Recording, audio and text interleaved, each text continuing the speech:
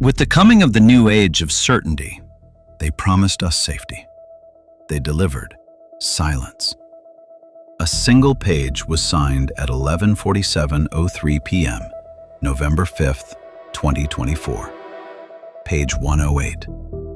No gunfire, no speeches, just the quiet, bureaucratic violence of a pen dragging across paper. Most people woke the next morning and found their memories aligned, the past reorganized. Inconvenient facts quietly retired. Desire itself downgraded from vital to inefficient. But a few of us felt the cut, a cold seam down the throat of history. Not enough to remember what was taken, enough to know something had been. We call ourselves rememberers. The Bureau calls us anomalies. Tomorrow they'll find a less polite word. My name is Petri Wai, spelled W-A-I. I've said it slowly in rooms with no windows and no clocks. Tonight, it's the only truth I can swear to. The rain falls in perfect vertical lines, each drop an obedient citizen. Georgetown is quiet, the parade ground quiet of an occupied city. Down on M Street, the working girls take their positions the way soldiers take trenches, quietly, efficiently, with the resignation that looks a lot like courage. They lean under bureau blue neon, faces half-shadowed, sharing umbrellas that never quite keep out the rain or the cameras. Desire is contraband now, but hunger isn't. So the oldest trade in the world hasn't disappeared, it's just learned to bow its head. A tall woman in a red wool coat taps her cigarette twice, searching the street the way some people search scripture.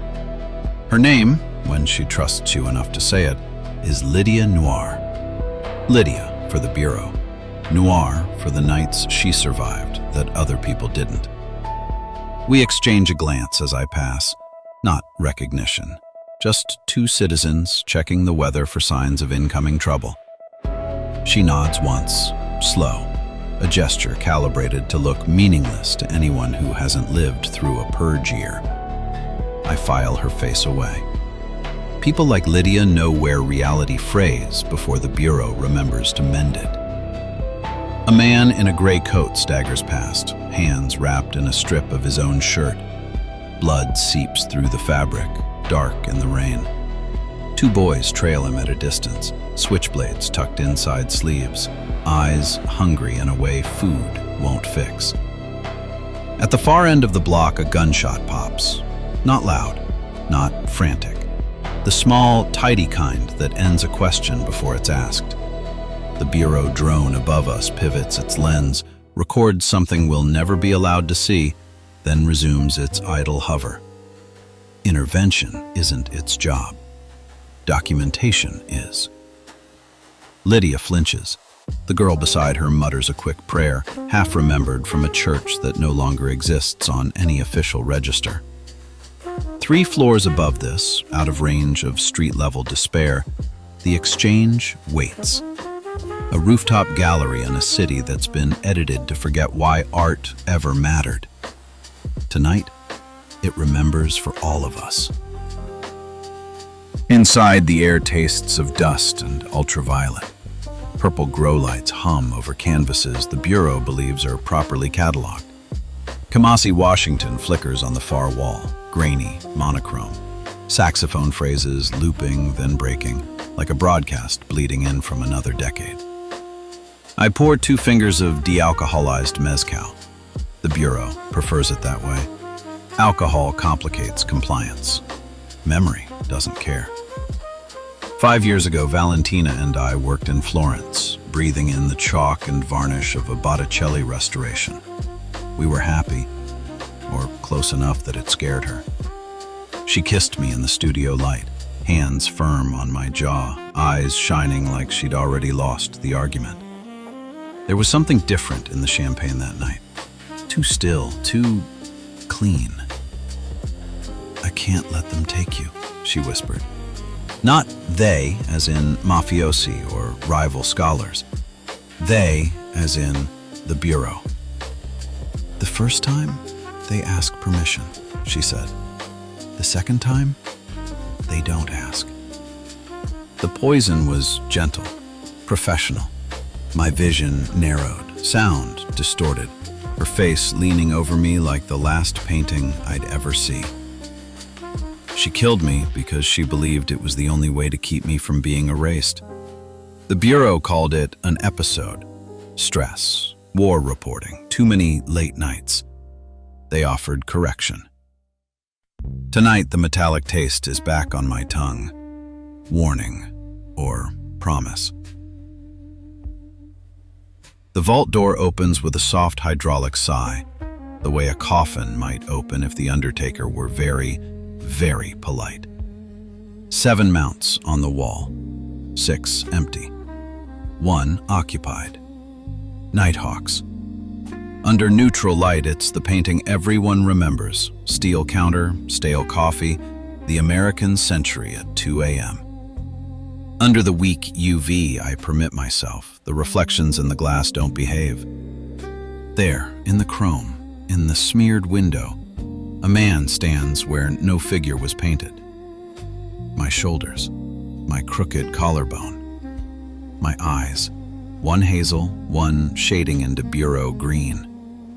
He doesn't move. He doesn't defy gravity. He just exists in a place I'm sure Hopper never put him. That's how you know the world has been revised, not by miracles, but by details that refuse to line up. I stand with the painting, listening to the buildings settling around us, counting the seconds until the elevator groans. It doesn't take long. Judge Margaret Pemberton enters like a guilty verdict. Her coat is soaked through, hair plastered to her cheeks, but her lipstick hasn't moved an inch. 2 Bureau guards station themselves outside the vault, neatly, silently. Their job isn't to protect her, it's to watch who she talks to. She carries a wooden crate the exact dimensions of a small coffin. The Bureau's labeling is precise. Archival material, special handling. Her hands shake when she sets it down. Just a little. Just enough for me to see. Close the door, she says. I do. The lock seals with a sound that feels too final for a simple latch. Inside, Christina's world. At first glance, it's still Wyeth's crippled girl and her lonely field. But under UV, the grass darkens, shadows stretching out as if reaching for us. The distant house shifts, roofline tilting a fraction, then snapping back. Christina's dress stirs in a wind we don't feel on our skin. Margaret swallows, hard. I shouldn't have brought it, she whispers. They flagged it for review. They want resolution. We stand 3 feet apart. That's the Bureau's recommended distance for citizens with known misalignments. 2 steps closer and we risk a revel, those dangerous moments when shared memory makes the air too loud. Still, her perfume, faint and expensive, reaches me anyway. For a second, I remember what it was like to live in a world where getting close to someone didn't risk official notice. The room warms. My skin prickles. Christina's outline sharpens, like someone turned up the resolution on an old screen. This is how a revel begins. Not with passion, but with recognition. The vault door clicks without the courtesy of a knot. Detective Vincent Moreau steps inside. Badge 47, suit pressed to within an inch of its life. Hair parted with the kind of precision only true believers bother with. Judge Pemberton, he says, soft, courteous, lethal. I'll need you to come with me. That's all, no explanation, because in this world, explanations are privileges, not rights. Behind him, one of the verifiers stutters, mid-step, mid-breath, then stops. No dramatics, no clutching at the throat, He simply ceases to move, like someone deleted the instruction that told his heart to beat. He stays upright for a beat too long before tipping backward, hitting the floor with the dull weight of something the narrative no longer requires. Moreau doesn't turn, doesn't flinch, doesn't ask if the man is all right. The Bureau doesn't train its detectives to acknowledge collateral. I step slightly closer to Margaret. Not enough to be heroic, enough to be noticed. Moreau's gaze flicks to me. He files the moment away behind his eyes where the Bureau keeps its sharper knives. "This location is under review," he says. "You will both be contacted." Both. Not comforting. The air pressure drops, a barely audible sigh from a world that ended without taking us with it. She appears. A woman in 1947 burgundy, cut in a style no one's worn here since before the page was signed. Gloves to the elbow, hair in soft waves. She looks like she walked out of a newsreel that no longer screens. One eye, blue-green, the other silver, reflecting me back like a coin tossed into dark water. Moreau stiffens.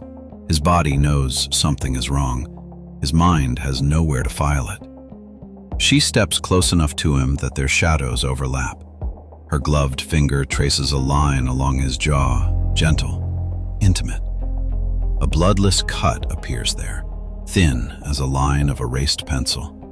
He inhales sharply, hand rising to touch it like a man startled to find himself capable of feeling again. Her voice doesn't travel through the air. It appears fully formed in the quietest part of my mind. 7 paintings remember what the Bureau failed to burn. 2 are here. When his badge reaches 0, wanting becomes a crime even in private.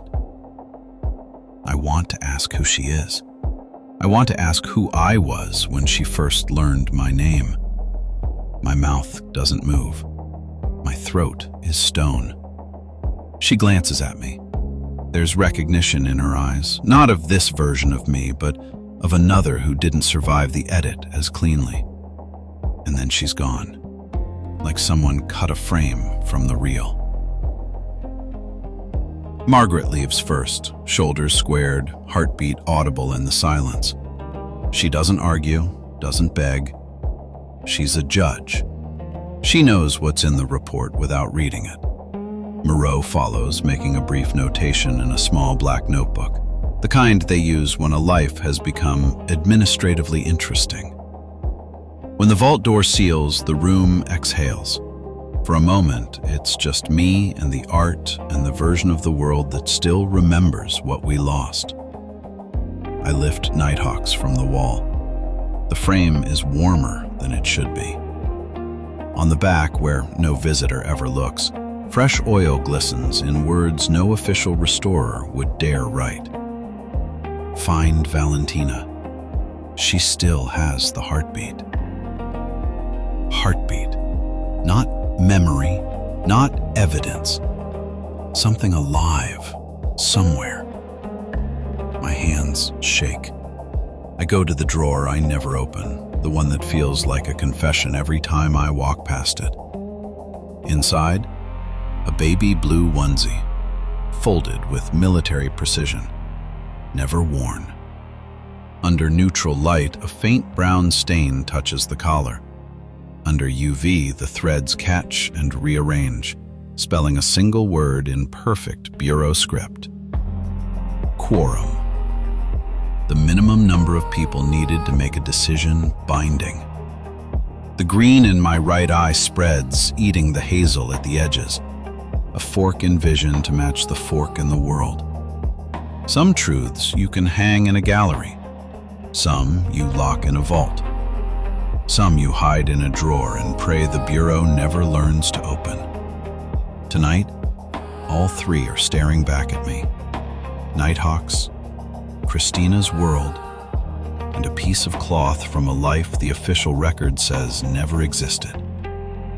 The question rises, cold and clean, the way a blade rises before it falls. Why? Bandwidth collapses in 7 days, 11:47 p.m., if we're still allowed to remember.